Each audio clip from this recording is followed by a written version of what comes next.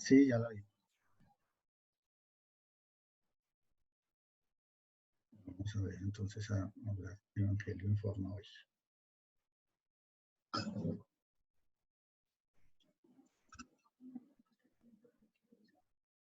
Sí, en la habitación.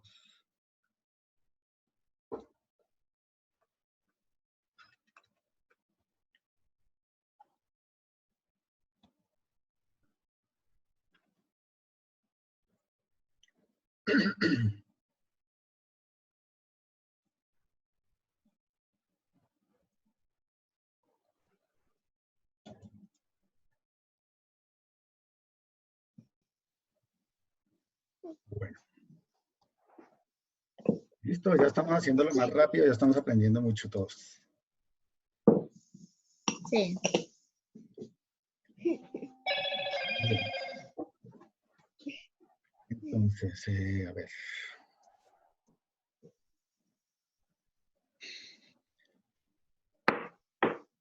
Bueno, mis hermanos, continuamos con nuestro estudio entonces de los evangelios. La semana pasada volvimos al Evangelio de Mateo. Los invito por favor a que busquen en su Biblia, en el Nuevo Testamento, el Evangelio de Mateo, capítulo 1.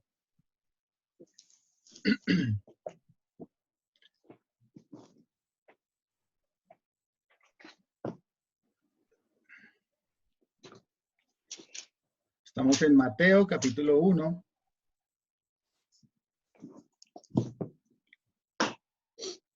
Y estamos hablando acerca del nacimiento de Jesús. El nacimiento del Señor Jesús. La narración del nacimiento como tal y de los acontecimientos que sucedieron en ese momento están en dos evangelios. Están aquí en Mateo capítulo 1, desde el versículo 18 hasta el 25, y también aparece un complemento en el capítulo 2 del Evangelio de Lucas, del versículo 1 hasta el 7. Estamos haciendo un estudio armónico, es decir, paralelamente todos los evangelios. El orden nos sugiere que primero vamos a ver lo de Mateo y posteriormente pasamos a ver lo que sucedió o lo que nos narra Lucas.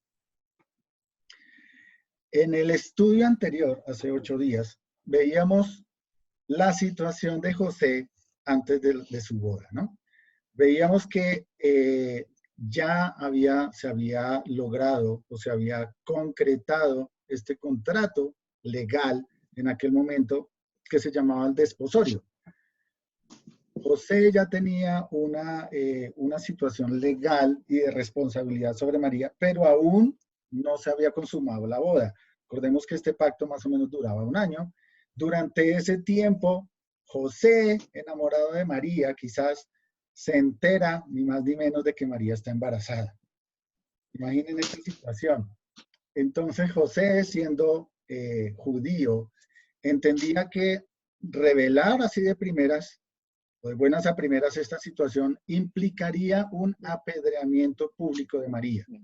Ella podría ser muerta en plaza pública por esta situación, porque no se habían casado y ya ella estaba embarazada.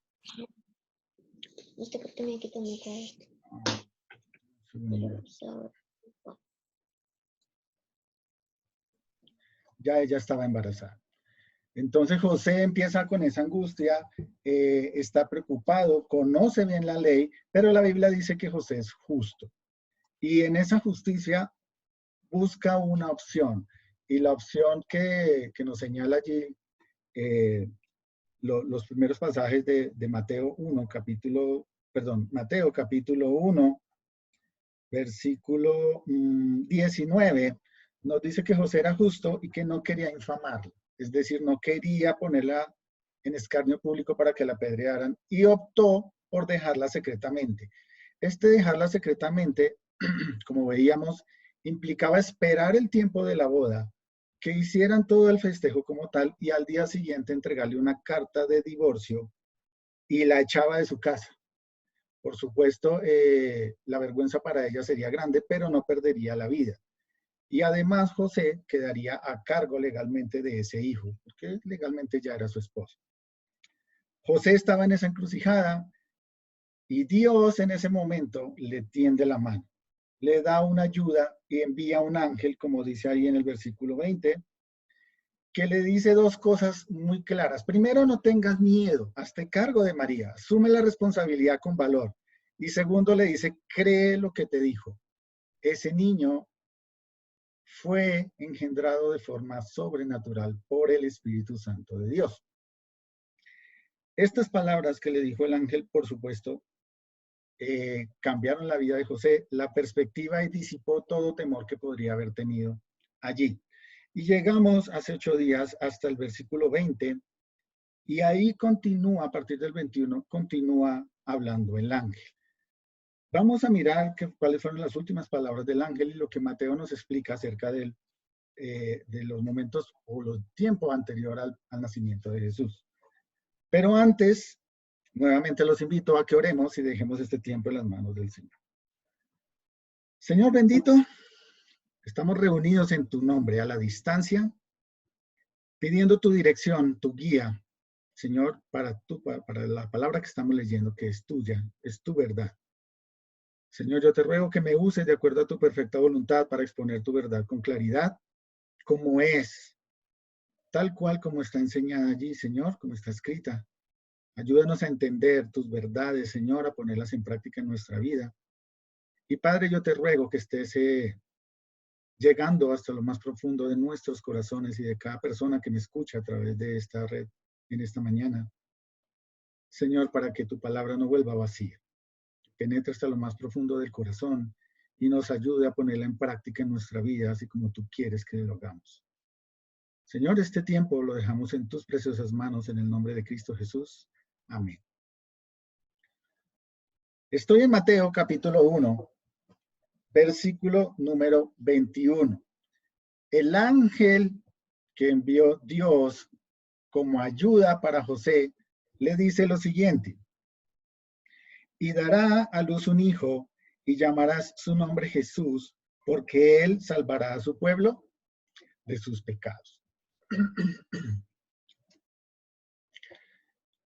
Luego de la concepción en el vientre de cualquier mujer común y corriente, vienen varias semanas de gestación, ¿no? Ya sabemos cómo es el asunto, y vienen mareos, y quizás antojos, aparte de la esposa también el marido se puede antojar, ¿no? Y por supuesto, si todo esto llega a un buen final, el tiempo de la gestación normal, dará a luz. Fíjense que aquí el ángel le está diciendo que ella va a llegar a ese momento sin ningún problema. Le está diciendo el ángel y dará a luz un hijo. Recordemos que el ángel está hablando en sueños a José. Y dará a luz un hijo. Cuando, bueno, para los que ya somos padres, saben que uno de los momentos que más aprovechamos durante el tiempo de la gestación son las ecografías. No sé ustedes, pero a mí me gustaba mucho. Y ahí, después de cierto tiempo, no lo tengo muy claro, ya se puede saber el sexo de la criatura que viene. Los padres hoy en día aprovechan mucho esto y buscan, entre más temprano mejor, para que el médico les diga si es niño o niña. Y también escucha uno a veces padres que dicen, bueno, no quiero saber, no me interesa. Y dicen, bueno, que sea lo que Dios quiera con tal de que nazca sanito, ¿no? Suena muy espiritual y toda la cosa. Pero la curiosidad les invade y he visto a muchos que dicen eso y al final ya del tiempo, casi por nacer el niño, igual van a la última ecografía y no se aguantan las ganas y les dice, díganme qué es, niño o niña. Lo más chistoso de todo es que hay muchas parejas que se guían por el amigo, por la tía, por la abuelita, ¿no? Que le dicen, no, esa barriguita está así o está así, eso es niño o eso es niña. Y se van y si le dicen que es niña, compran todo rosadito, pintan rosadito, la cuna rosadita, todo rosadito. No quieren saber qué es, no le preguntan al médico. Y en la última ecografía le dicen, dígame por favor qué es. Es un niño. Y vaya problema cuando ya han comprado todo eso. He escuchado esa historia muchas veces. Pero En el caso de José, esto no sucedió. Por supuesto, en ese tiempo no había ecografías, no había quien le dijera nada de estas cosas. Pero aquí vemos cómo el ángel le revela a José, y ya se lo había revelado a María, que era un varón. El ángel le dice, y dará a luz un hijo y su nombre, y llamarás su nombre Jesús. Por supuesto, José ya está enterado, María ya está enterado de que iba a nacer un varón, que era un niño, pero no era un niño cualquiera. Y empezamos con esta afirmación del ángel que dice, llamarás su nombre Jesús. Esta es otra situación que sucede con los padres, ¿no? ¿Cómo le vamos a poner? Y si ya el médico les dijo, es niño, empiezan a buscar cualquier cantidad de nombres. Yo a manera de chiste, cuando estamos estudiando algunos libros de la Biblia donde hay genealogías y listados, como en Éxodo, como en Números, digo, busquen ahí unos nombres bonitos para que le pongan a sus hijos. Esta es una situación que también les evitó el ángel. Ya les dijo cómo iba a llamarlo. Igual le había dicho a María, llamarás su nombre Jesús. Pero cuando nosotros hablamos con otras personas, especialmente de este pasaje, siempre hay detractores que dicen, bueno, pero luego por allá en Isaías, ¿no decía Isaías que tenía que llamarse era Emmanuel? Al fin, ¿qué? Jesús, Emmanuel, ¿quién es ese niño que aquí es llamado Jesús? ¿Por qué tanta cosa ahí con el nombre? ¿A qué se refiere esto? Bueno, debemos entender varias cosas aquí. Lo primero que debemos entender es que para un judío y un hebreo, el nombre es considerado como una definición de la persona. Así como muchos psicólogos hay hoy en día todavía que opinan que el nombre y el apellido de una persona tiene significado y que puede estar muy acorde a la personalidad y a lo que va a hacer, para un hebreo era aún más esto. El nombre de un niño era básicamente lo que ellos creían que iba a ser o que sería en su vida. Y hay muchos ejemplos que podemos ver acerca de esto en la Biblia. Por ejemplo, voy a compartirles aquí una presentación. Dame un segundo.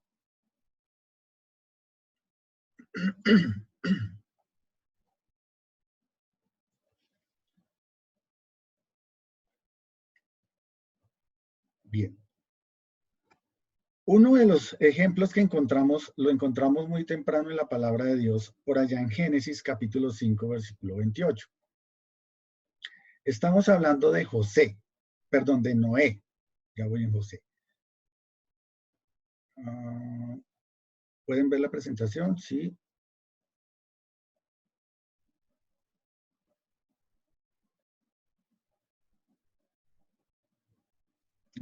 Ahí está. Génesis capítulo 5, versículo 28, que lo tienen ahí en pantalla, dice lo siguiente: vivió Lamec 82 años y engendró un hijo, y llamó su nombre Noé, diciendo, este nos aliviará de nuestras obras del trabajo, de nuestras manos, causa la tierra que Jehová maldijo. La palabra Noé, o el nombre Noé, significa descanso, y basado en lo que estaba pensando el papá de Noé, Lamec, así nombró a su hijo, y lo llamó Noé. Otro ejemplo lo vemos un poquito más adelante también en Génesis, con el segundo hijo de Jacob, Génesis 29:33. Este es un relato de cuando Lea tuvo a su segundo hijo y dice, concibió otra vez, se está refiriendo a Lea, la esposa de Jacob, y dio a luz un hijo y dijo, por cuanto oyó Jehová que yo era menospreciada, me ha dado también este, y llamó su nombre Simeón. La palabra Simeón significa literalmente Dios escuchó o Dios oye. Por eso el nombre que le puso allí. Un ejemplo más lo podemos encontrar más adelante en Génesis capítulo 41, cuando José está en Egipto y tiene su primer hijo. Y dice la palabra de Dios allí, y llamó José el nombre del primogénito Manasés, porque dijo, Dios me hizo olvidar todo mi trabajo y toda la casa de mi padre. Manasés, por supuesto, significa el que hace olvidar. Entonces, en estos tres ejemplos, solamente tres de muchos que hay en la Biblia, vemos cómo los hebreos daban el nombre a sus hijos de acuerdo a lo que iban a hacer o lo que estaban sintiendo en ese momento, a su función, lo que significaba en ese momento para ellos. Pero los israelitas iban más allá. No solo daban un nombre que explicara su cualidad, sino también podría expresar cualidades de esa persona a través de sus nombres. Y eso precisamente es lo que sucede aquí cuando el ángel anuncia a José y le dice, debes colocarle Jesús. La palabra Jesús, como ya lo habíamos visto, era un nombre muy común en ese entonces. Pero la palabra Jesús viene de un vocablo hebreo más antiguo, que es el vocablo que aparece ahí en su pantalla, Yeshua o Yeshua, que en el Antiguo Testamento es traducido como Josué. En el griego es Jesús, y ambos, tanto en el hebreo como en el griego, significan Jehová es salvación o Jehová salva. Y esto es bien interesante, mis hermanos. La palabra Jesús aparece 919 veces en todo el Nuevo Testamento. 6 de esas no se refieren a Cristo, pero todas las demás sí. En el Evangelio de Mateo, del cual estamos estudiando, aparecen 152 veces y todas se refieren al Señor Jesucristo. Pero lo más interesante de todo es que este significado, Jehová es salvación o Jehová salva, por supuesto, desde todo punto de vista, tenía que ver con la función del niño que venía en el vientre de María. Fíjense que el ángel ahí en el versículo 21 del capítulo 1 de Mateo aclara de una vez por qué le ponen ese nombre. Dice, y dará a luz un hijo, estoy en el versículo 21 de Mateo 1, y dará a luz un hijo y llamará su nombre Jesús, porque él salvará a su pueblo de sus pecados. El nombre de Jesús no era ninguna coincidencia y tiene que ver claramente con la función que iba a realizar este santo ser que iba a nacer allí. Y que José, o de cuál José, iba a ser su padre adoptivo. Y esto es bien hermoso porque con el solo nombre del niño se podría proclamar el mensaje del Evangelio. Ustedes se imaginan en un día normal a María y a José llamando al niño para algo, digamos, a comer. Jehová salva, ven a comer. Jehová salva, ven por el desayuno o ve por el desayuno. Trae el pan. Jehová salva, Jehová salva. Todo el tiempo estaban mencionando a través de su nombre cuál iba a ser su función. Todo el tiempo se anunciaba el mensaje. Todo el tiempo se decía cuál era la misión de este niño que iban a hacer. También es interesante entender algo, de lo cual no me voy a detener, pero lo quiero mencionar. Cuando nosotros volvemos al Antiguo Testamento y vemos a Josué, un Jehová salva, es aquel que después de la muerte de Moisés guía al pueblo a la tierra donde fluye leche y miel. Ahora, en el contexto de Mateo, por allá en el año 5 o 6 antes de Cristo, iba a nacer un niño llamado Jesús, el cual iba a dirigir a su pueblo y también a toda la humanidad, al reino donde fluyen ríos de agua viva.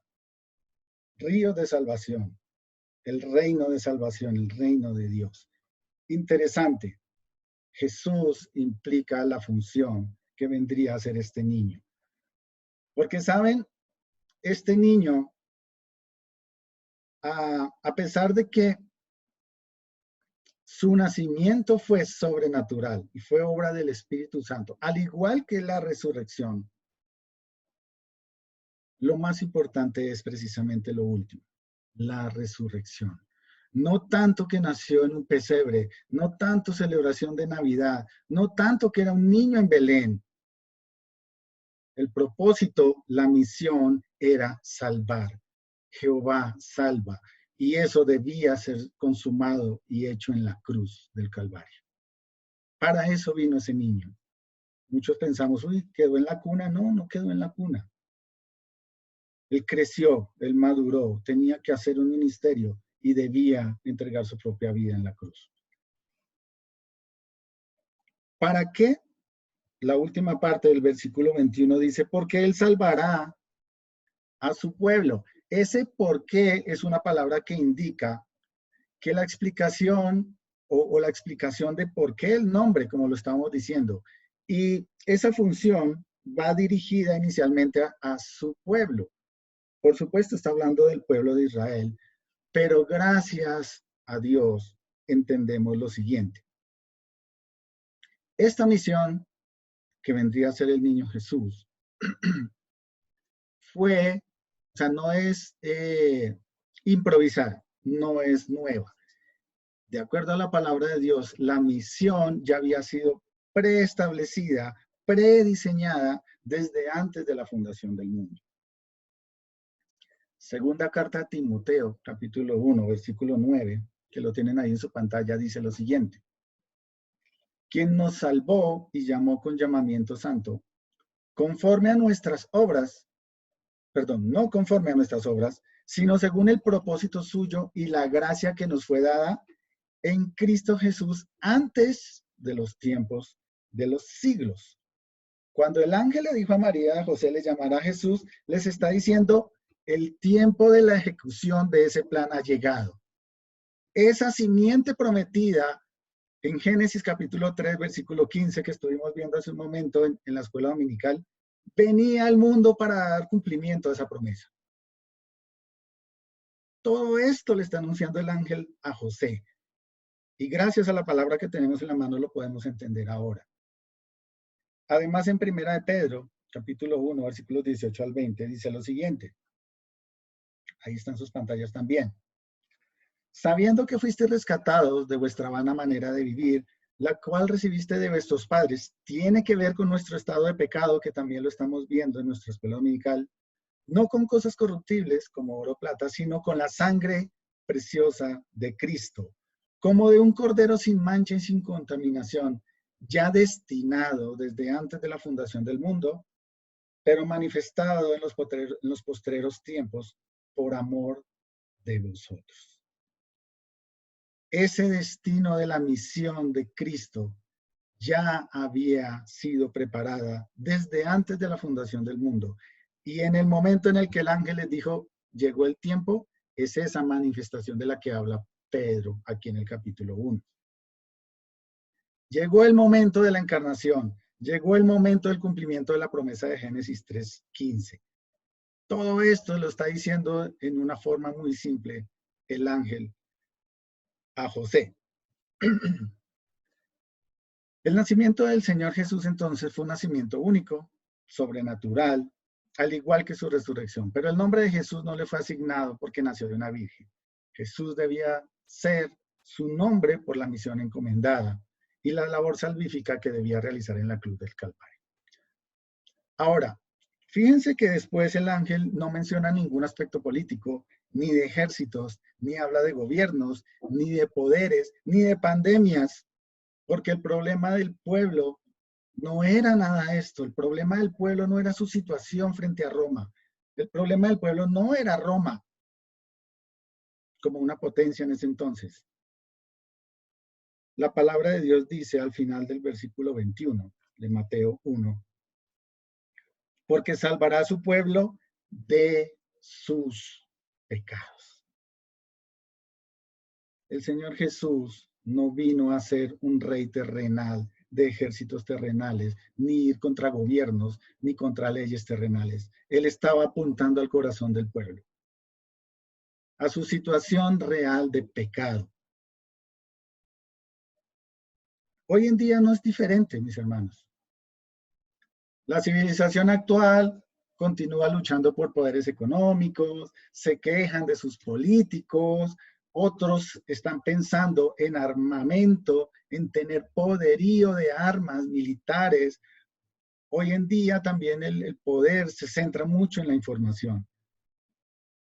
Si ustedes ven las noticias o quizás les gusta escudriñar algunas páginas interesantes en Internet, se pueden dar cuenta cómo todas estas redes sociales y toda la información que nosotros regalamos a través de las redes sociales están procurando centrarlas en una sola empresa para que el gobierno la pueda sustentar, le pueda dar dinero, le pueda ayudar a mejorar la captura de esa información de todos nosotros. Porque si nos conocen bien, saben quiénes somos, qué estudiamos, cuántos años tenemos, qué nos gusta, qué compramos, qué no, qué hablamos, qué no, qué decimos, qué no. Tienen el control, quieren tener el control. Mis hermanos, hoy en el mundo se ven incoherencias en las noticias del tipo de que un día sale un grupo de mujeres por televisión, ¿cierto? Luchando contra el feminicidio, contra la muerte de las mujeres. Y al otro día hay otra marcha donde están la mitad de las mismas mujeres apoyando la legalización del aborto. Esa doble moral por causa del pecado la seguimos viendo hoy día. Y no es culpa del Estado. Lo que la sociedad llama normalmente pecados ocultos o llamaba pecados ocultos, hoy se está convirtiendo en una demostración de valentía que vale la pena alabar. Entonces vemos como en los noticieros y en las redes sociales, una mujer que se casa con una mujer o un hombre que se casa con un hombre y logra luchando contra las leyes que le aprueben adoptar un niño, ya no es pecado.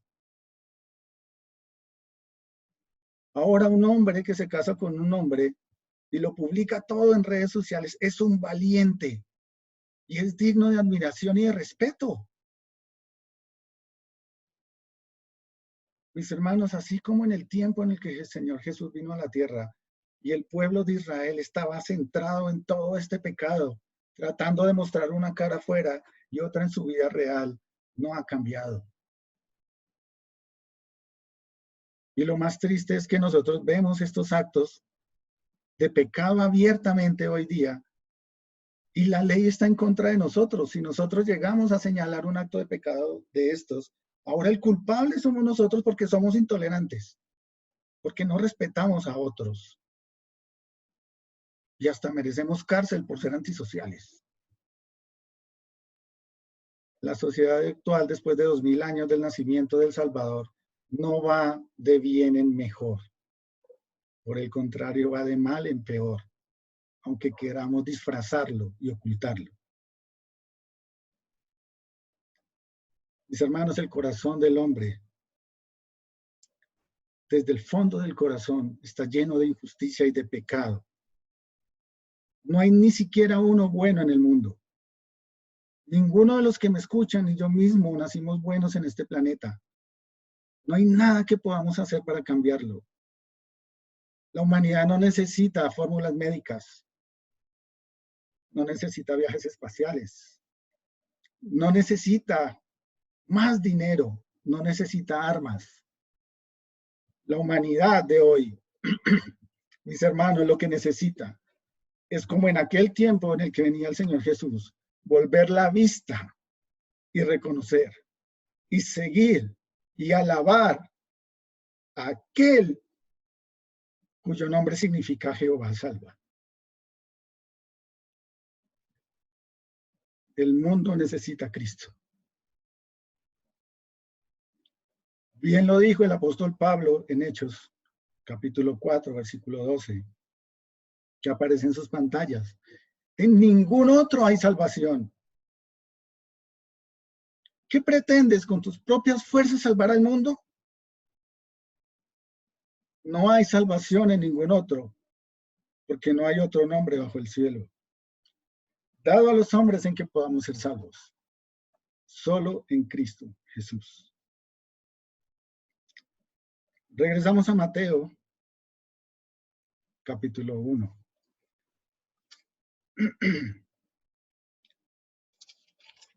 Versículo 22. Aquí ya no está hablando el ángel. Aquí ya está tomando la redacción Mateo y nos está dando un resumen o una aclaración mejor de lo que dijo el ángel hace un momento. El capítulo 1, versículo 22 y 23 es la primera de muchas referencias que utilizará Mateo para argumentar su historia y demostrar que Jesucristo es el rey, que Jesús es ese que había estado esperando el pueblo judío. Y lo que dice allí Mateo en el versículo 22 es: todo esto aconteció para que se cumpliese lo dicho por el profeta. Cuando dijo, y hace una referencia directa a Isaías capítulo 7, versículo 14. Como les digo, este es uno de muchos ejemplos. Si ustedes ven en la pantalla, más adelante Mateo continuará argumentando con la misma palabra de Dios. Mateo 2:5 dice: ellos lo dijeron en Belén de Judea porque así está escrito por el profeta. Un argumento más al Antiguo Testamento. Mateo 17. Entonces se cumplió lo que fue dicho por el profeta Jeremías cuando dijo: nuevamente dirige la mirada de los judíos hacia el Antiguo Testamento. Recordemos que Mateo fue escrito a los judíos. Mateo 3:3. Pues este es aquel de quien habló el profeta Isaías cuando dijo, una y otra vez, y otra vez, y otra vez, Mateo utiliza estas referencias para demostrar de que la vida de Jesús es el cumplimiento claro y preciso de todas las profecías que habían en el Antiguo Testamento. Pero continuando en el versículo 23, dice: he aquí una virgen concebirá y dará a luz un hijo y llamará su nombre Emmanuel. Y ahí es donde viene la discrepancia, sobre todo con los ateos, ¿no? Cuando tú te encuentras un ateo y empiezas a hablarle del evangelio, lo primero que va a decir es: la Biblia tiene errores. Y uno de los errores a los cuales hace referencia por lo general, o de los que más utilizan, es este. Cuando uno lee este pasaje del versículo 18 hasta abajo, dice: bueno, al fin, ¿qué? ¿O es Jesús o es Emmanuel? La Biblia está mal. Mis hermanos, no hay error en la palabra de Dios. Y la explicación es muy sencilla.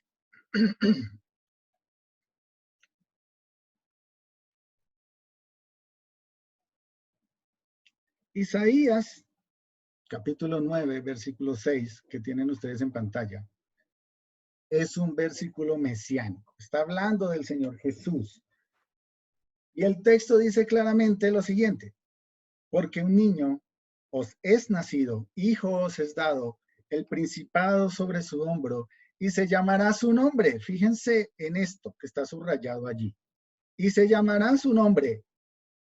E inmediatamente el profeta dice: admirable, consejero, Dios fuerte, Padre eterno, príncipe de paz. Esta profecía fue escrita unos 740 años del nacimiento de Jesús, antes del nacimiento de Jesús. Pero fíjense que Jesús no fue nombrado con ninguno de estos. Estos son los nombres en hebreo de cada uno de los sustantivos utilizados en este pasaje de la Biblia. Pelé, no Pelé, quiere decir admirable. Yahaz, consejero. El Gibor, Dios fuerte o Dios grande. Ab-Ad, Padre eterno. Sar Salom, príncipe de paz. Ninguno de estos era nombre de pila de nuestro Salvador, pero claramente hace referencia a quién es esta persona. Este niño que dice allí que sería nacido sería Dios fuerte, sería admirable, sería consejero, porque Cristo es Dios. Un ejemplo más: Jeremías capítulo 23, versículo 6. También es un versículo mesiánico, una profecía hablando del Señor Jesús, que dice: en sus días será salvo Judá e Israel habitará confiado, y este será su nombre, el cual le llamarán Jehová, justicia nuestra. Pero así no fue bautizado de alguna manera, por decirlo para que me entiendan, el Señor Jesucristo. No le pusieron Jehová Sedec, Jehová es nuestra justicia. Tampoco le pusieron como cuando en Lucas está registrado el anuncio a María que aparecen ahí en su pantalla, Lucas 1:32, dice, será llamado Hijo del Altísimo, será llamado Hijo de Dios. Estas referencias, todas las que acabamos de ver, son referencias al Señor Jesús, pero no eran su nombre de pila. Sin embargo, sí nos demuestran quién es la segunda persona de la deidad. El Señor Jesús es Dios. Y esto no tiene ninguna diferencia o discrepancia con el nombre de Jesús. Emmanuel, entonces, significa Dios con nosotros. Y es lo que es el Señor Jesús. Dios encarnado, Dios en forma humana, Dios entre nosotros, como lo había anunciado desde el comienzo.